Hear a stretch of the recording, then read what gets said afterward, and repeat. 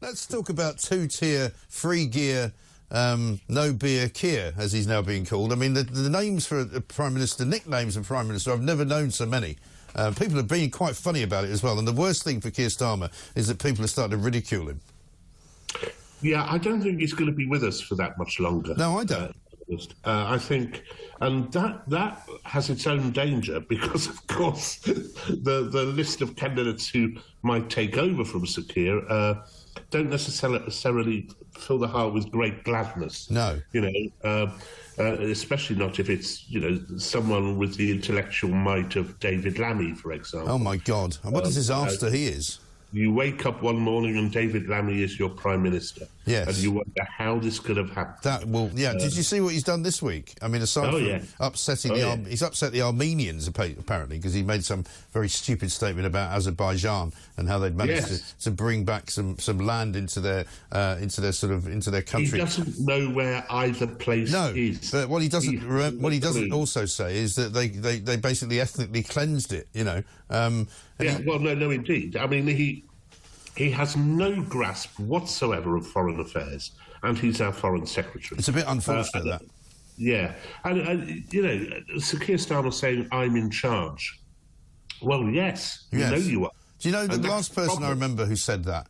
It was Al Haig. And I know it goes back a long way. Do you remember when Ronald Reagan was shot and everybody was horrified because Al Haig suddenly turned up at the White House and assumed the presidency? Yeah, no, that's absolutely right. I can remember talking to some very decent, very, very, very radical, some of them, but also some on the right of the party, MPs, kind of July the 5th and 6th, and they said, we're going to be fighting Starmer every week. And that was, the day after they won. And this is going to become more and more corrosive. The left will use whatever flaws appear in Sir Keir's armour, and the flaws appear every few seconds at the moment.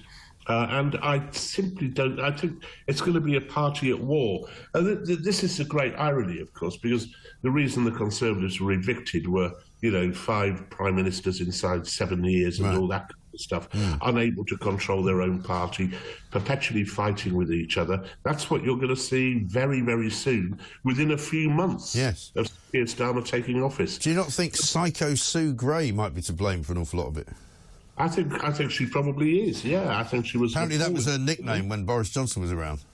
Yeah, no, that's right. I'm not going to quibble about her salary. I don't know how much it is. I don't really care, really. But she was a bad appointment. I mean, she was a bad appointment for a number of reasons, but not least that she's clearly a very, very divisive figure. Yes. And has infuriated loads of people around Sir Keir Starmer. And lots of people think she won't last long either because of the divisiveness. And they're literally a sort of open warfare going on behind the scenes, apparently.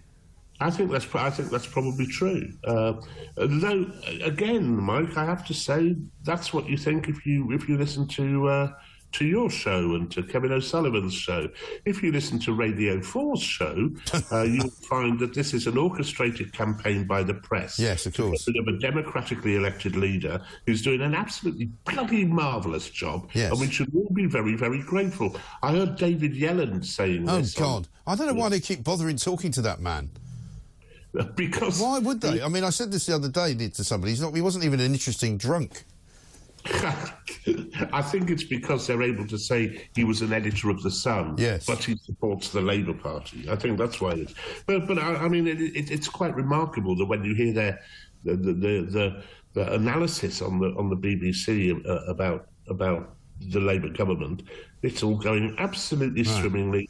There's a few hiccups here and there, but then nothing to get worried about. I don't suppose they mentioned this £4 million donation from Quadrature Capital, which appears to have come in on May the 28th, so it wasn't actually declared, because apparently they didn't think they had to declare it. And once again, having sought advice, they've now declared it.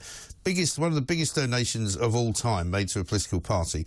This company is based in the Cayman Islands. It's a hedge fund with millions of pounds of investments in fossil fuels, private healthcare, arms manufacturing and asset stripping.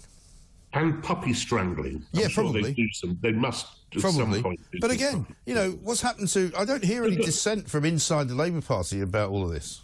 But every single thing which the Labour Party attacked the government on, they have replicated within a month. Right. Within a month. With bells on. It's cronyism. Yeah. It's trousering vast sums of money for the party.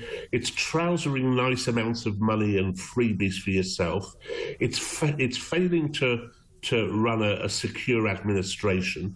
It's infighting, and it's rewarding their own client groups, such as the young doctors, rather than the people who didn't vote for them, such as the pensioners. They've done everything that the Conservative Party did, and I suspect if you had an election in a week's time, oh God, we'd probably have the Tories back in. Yes, but so you think he'll be deposed from inside? Do you? Is that what you think? Yeah, I do, because one of these days there will be a donation or a gaffe of some kind which is unconscionable, and you're already beginning. I mean, when Harriet Harman, who is the blandest and most boring of politicians, when even she's kind of throwing a curveball at Starmer and saying he's got to get a grip of this. Right.